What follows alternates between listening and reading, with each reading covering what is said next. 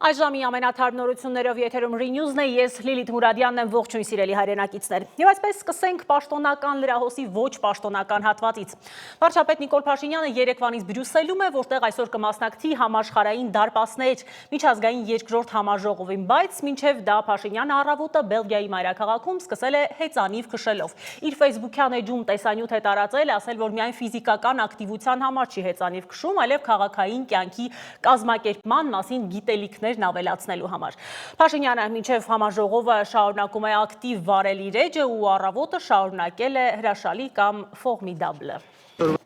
Հեծանվային լուսաբացը Բրյուսելում է եւ իհարկե օտարերկրյա քաղաքներում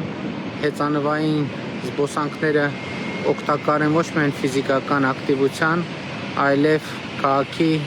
ենթակառուցվածքի ոչ միայն հեծանվային, այլև ընդհանրապես ենթակառուցվածքի եւ քաղաքային կյանքի կազմակերպման մասին գիտելիքներս ավելացնելու առումով։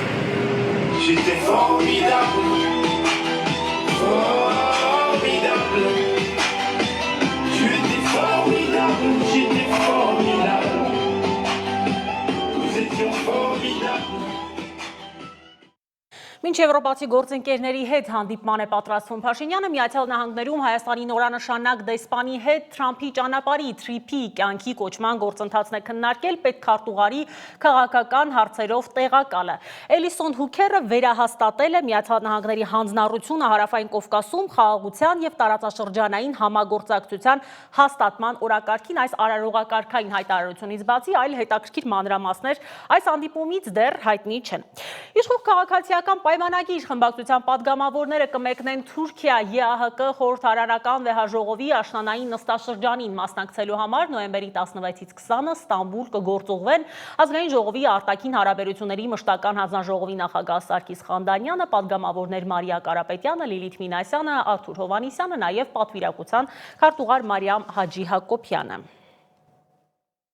Այսօր Դուշանբեում սպասվում է Ռուսաստանի նախագահ Վլադիմիր Պուտինի եւ Ադրբեջանի նախագահ Իլհամ Ալիևի հանդիպումը, թեև այս երկրների միջև վերջին շրջանում խիստ լարված հարաբերություններին Կրեմլի խոսնակ Պեսկովն ասել է, չի կարող խոսել իր ադրբեջանցի գործընկերների անունից, բայց ռուսական կողմը լավատեսորեն է տրամադրված։ Իդեպ Պուտինը Տաջիկստանի մայրաքաղաքում է պետական այցով, այնտեղ մասնակցելու է նաև ԱՊՀ երկրների գագաթնաժողովին։ Այդ նույն գագաթնաժողովին Հայաստանի վարչապետի մասնակցել-չմասնակցելու մասին դեռևս որևէ պաշտոնական հայտարարություն չկա։ Կառավարության դիմաց բողոքի էին դուրս եկել արցախցիների իրավունքների պաշտպանության խորհրդի ներկայացուցիչներն ու մի խումբ արցախցիներ, նրանք պահանջել են իշխանություններից միջազգային տարբեր հարթակներում իրենց անունից Արցախի մասին որևէ հարց չքննարկել, լսենք։ Միջազգային հարթակներում մեկ դրան դեմ ենք։ Դուք իրավունք չունեք արցախայության մասին խոսելու։ Արցախայությանը մնացել է մի հատ իրավունք մենակ։ Արցախայությունից խլել եք ամեն ինչ։ Արցախայությունից խլել եք հայրենիքը։ Արցախայությունից խլել եք իրենց զավակներին։ Արցախայությունից խլել եք ամեն ինչ։ Այսօր եկած իրենց իրավունքները ոտնահարում եք արդեն։ Ոչ մեկը իրավունք չունի արցախայության տեղը որոշելու, իր իրավունքների հետ խաղալու։ Արցախայությունը հետ վերադարձի հույսը հավատը, ով կասկածանքի տակատունում, դա հենց հայ ազգի ժողովրդի, հենց հայ ժողովրդի առաջին թշնամին է։ Իսկ ներսում կառավարությունն իր այսօրվա նիստում որոշել է փոխհատուցում տալ այն հողօգտագործողներին, որոնց տարածքում կարկուտի պատճառով վնասը կազմել է 40%-ից ավելի։ Գործադիրը հաստատել է նաև պետբյուջեում փոփոխությունների նախագիծը, որով մարզպետերի աշխատակազմերին կհատկացվի 1 միլիարդ 582 միլիոն դրամ։ Կառավարության որոշմամբ Վայոց ձորի մարզպետի պաշտոնից ազատվել է Կոլյա Միքայելյանը, նրա փոխարեն նշանակվել է Վահագն Արսենյանը, որը Ջերմուկի քաղաքապետն է Ջերմուկ գրուպ ընկերության սեփականատեր Աշոտ Արսենյանի որդին։ Տեսնենք ինչ է կատարվում աշխարհում։ Մի քանի օր տևած բանակցություններից հետո Իսրայելն ու Համասը համաձայնել են դադարեցնել կրակը Գազայում ու ազատ արձակել գերիներին։ Սա բեկումնային կետ կարող է լինել այս կոնֆլիկտի համար, որ 2 տարում 67,000-ից ավելի պաղեստինցու կյանք է խլել։ Միջազգային մամուլը գրում է, որ կողմերն ավելի քան երբևէ մոտ են պատերազմը դադարեցնելուն։ Այդուհանդերձ որոշ հարցեր մնում են դեռ անորոշ։ Օրինակ, արդյոք Համասը վայր է դնելու զենքերը ու ով է իրականացնելու կառավարումը Գազայում։ Գազայում։ Տեսնենք ինչպես տեղի ունեցավ այս պատմական համաձայնությունը։ Գազայի բնակիչները դուրս են եկել փողոց նշելու Իսրայելի հետ խաղաղության ծրագրի առաջին փուլի ստորագրումը։ Մարդիկ երգում են, պարում, շնորհակալություն հայտնում Թրամփին։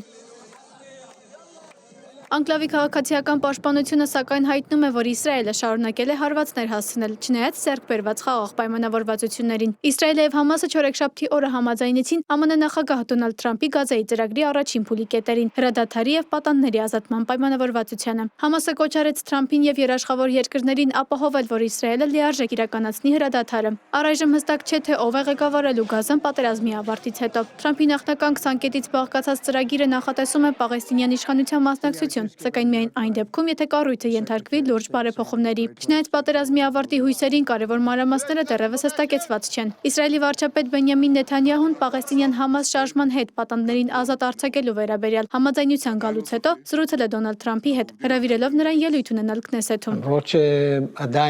Արդեն 2 տարի գերության մեջ, 2 տարի սովի մեջ, առանց սննդի, առանց ջրի, առանց վիտամինների, առանց բժշկական հսկողության, ամենօրյա նվաստացումներ ամբողջ օրը։ Ես վստահ եմ, որ մենք նրան հետ կբերենք, եւ մեզ սպասում է դժվար աշխատանք, շատ աշխատանք։ Մենք սպասում ենք այդ պահին։ Ես սպասում եմ դրան ամբողջ սրտով։ ՄԱԿ-ի գլխավոր քարտուղար Անտոնիո Գուտերեշը ողջունել է Մերձավոր Արևելքում խաղաղության հաստատման կարևոր քայլը։ Ըստ նրա, ՄԱԿ-ը կաջակցի համաձայնագրի իրականացմանը եւ դրա ֆոնին կավելացնի Գազայի հատվածին տրամադրվող մարդասիրական օգնության ծավալները։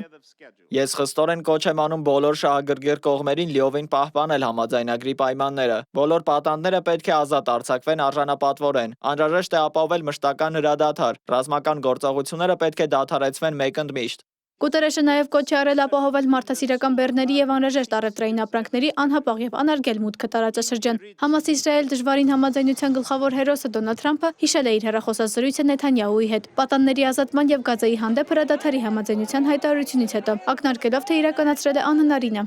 Ես վերջերս խոսեցի Բիբի Նեթանյահուի հետ։ Նա զանգահարեց, չեմ հավատում դրան։ Այժմ բոլորը ինձ են սիրում։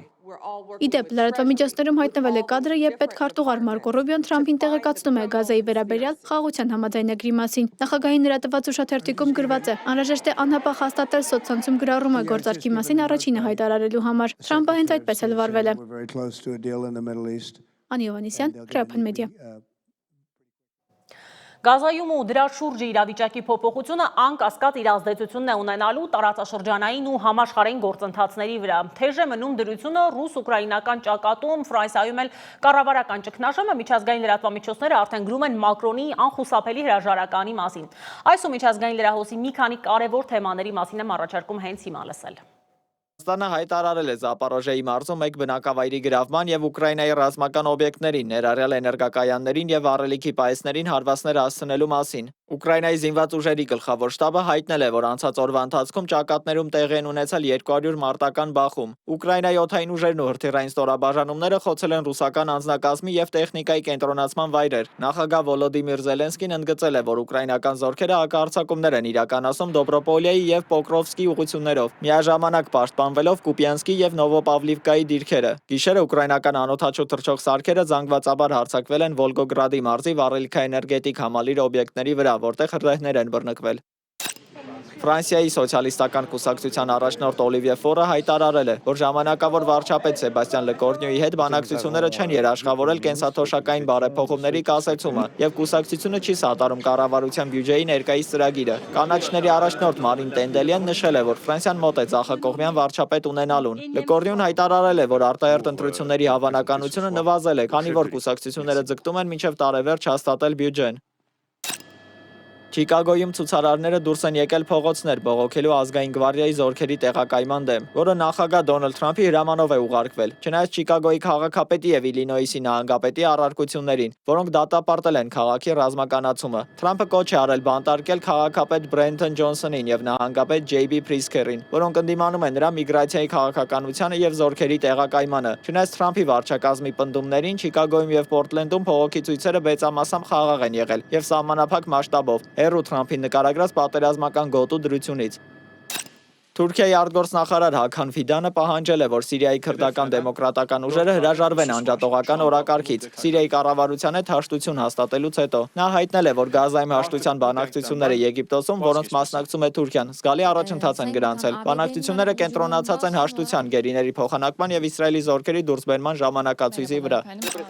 Վենեսուելայի ազգային ժողովի նախագահ Խորխե Ռոդրիգեսը հայտարարել է, որ Միացյալ Նահանգների դեսպանատան վրա հարձակման ենթադրյալ պլանը, որը բացահայտել է իրենց կառավարությունը, նպատակ է ունեցել ռեժիմի փոփոխության պատրվակ ծառայել։ Վենեսուելայի պաշտպանության նախարար Վլադիմիր Պադրինո Լոպեսը զգուշացրել է Միացյալ Նահանգների հնարավոր ռազմական գործողությունների մասին, կոչ անելով ժողովրդին պատրաստվել պատերազմի, միաժամանակ մեղադրելով Վաշինգտոնին ռազմամոլ վարքագծի համար։ Դավիթ Գենջոյան, Open Media։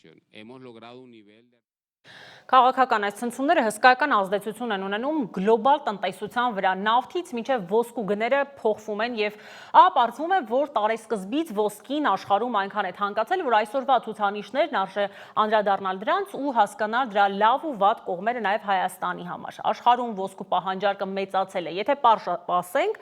խոշոր տնտեսվարողները, նաև պետությունները գնում են ոսկի սև օրվա համար, այսինքն մտավախություններ ունեն, որ աշխարհին այդքան էլ լավ օրեր չեն սպասում։ Տարեսկզբից ոսկու գինը 1 ունցիայի կամ 28.5 գրամի համար $2600-ից աճել է հասնելով $4000։ Սա ոսկու գնի պատմական առավելագույնն է։ Եկեք միասին հասկանանք ինչպես է սա ասել հայկական շուկայի վրա։ Զրուցել ենք շուկայում 20-ից ավելի տարի ոսկու առևտրով զբաղվող ձեռներեցների հետ։ Այս մոտ 20 օրվա մեջ ավելի բարձր պրոբի ոսկու մասին է խոսքը, համարյա օրական $2 թանկանում է։ Մարդիկ են ծայրահեղ դեպքում գալիս են մեր 2 կտոր բան, որ շատ պետք է ասենք տղա են պսակում, աղջիկ են պսակում, որ կարողանան առնեն, պահալինում իրա գնովել են տալի, որ մարդիկ առնեն։ Հիմա հիմնիկա առևտուրը անց մարդարում որ ուղղակի գումարը ուզում է վերածի ոսկու։ Ոչ թե որպես զարդ առնում, այլ որպես ուղղակի ոսկի, որ ինքը վաղը միսօր իր փողը չկորցնի։ Հիմա Հայաստանում ամենաբարձր 999 հարգի 1 գրամ ոսկու արժեքը 47795 դրամ է։ Իսկ որոնք են ոսկու գնի փոփոխության պատճառները։ Քաղաքական, տնտեսական անորոշություն, պատերազմներ ու սանկցիաներ։ Տնտեսագետ Բագրատ Ասատրյանի կարծիքով ոսկին եղել է, կա ու կլինի կայուն կապիտալ։ Ես հիշում եմ 2000 թվականի 3-րդ հազարամյակ մուտք գործելուց ոսկու միջազգային գները 1 ունցիա մոտավորապես $400։ Այսօր պատմական օր է, որովհետև հերթական բարձունք հաղթարեց ոսկու գինը, այն է $4000 1 ունցիան, այսինքն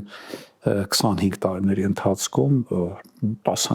10 անգամ գինը, շուրջ 10 անգամ գինը բարձրացել է։ Փորձագետը հիշեց ոսկի Անահիտ հուշադրամի մասին, որ հայկական առաջին նոմինալ արժեքն էր, որ շրջանառության մեջ դրվեց։ 25000 դրամանոց էր, 20000 հատ նան, ասա, Անահիտ արտադրվեց եւ գնաց եւ այսօր ես գիտեմ սև շուկայում բավականին իբր նաեւ նումիզմատիկ արժեք բավականին բարձր գնով։ Ըստ տնտեսագետ Սուրեն Պարսյանի հայկական ոսկու համար նոր շրջափուլ կարող է համարվել ամուլսարի հանքի շահագործումը, ու չնայած ոսկու գնի կտրուկ բարձրացմանը հայկական կողմը առավելություն ունի։ Որ ռուսական ոսկին սանկցիաների տակ է, մենք նույնիսկ կարողանանք ավելի էժան գնել միջազգային շուկայի համեմատ, այսինքն այս առումով մեր ոսկերիչները, ոսկերչության ոլորտը բավականին առավելություն ուներ։ Այսինքն մենք կարող ենք արձանագրել, որ ի հաշիվ Ռուսաստանի հետ այսպես լավ հարաբերությունների առանց մաքս, առանց турք մենք կարողանում ենք նույնիսկ ավելի էժան ոսկի բերել Ռուսաստանից։ Հայաստանի ընդերքում ոսկու պաշարները մինչև վերջերս գնահատվում էին մինչև 400 տոննա։ Նույն ամուսարի պատմությունը ակնհայտ է, որ սա շատ հետաքրքիր ակտիվ է, ինքը ամուսար է ոսկու արծմանումը եւ պետք է դնել շրջանառության մեջ։ Հաշվի առնելով իհարկե բոլոր խնդիրները, որոնց էկոլոգիական կամ մտածող խնդիրը, որոնք պետք է լուծեն ստացված են։ Ըստ տնտեսագետների պետք է հաշվի առնել նաև դոլարի արժեզրկումը։ Միացյալ Նահանգներում Դոնալդ Թրամփի վերընտրությունից գրեթե անմիջապես հետո առևտրային պատերազմները ու դաշնային ռեզերվների վրա աննախադեպ ճնշումները դարձան դոլարի մինչև 12% արժեզրկման պատճառ։ Անի Հովհաննիսյան, Գևորգ Զիանոսյան, Open Media։ Սիրելի հայրենակիցներ, այս ժամի լրահոսից այսքանը, մեր հաջորդ հանդիպումը 17:00-ին է, մինչ այդ ժամը։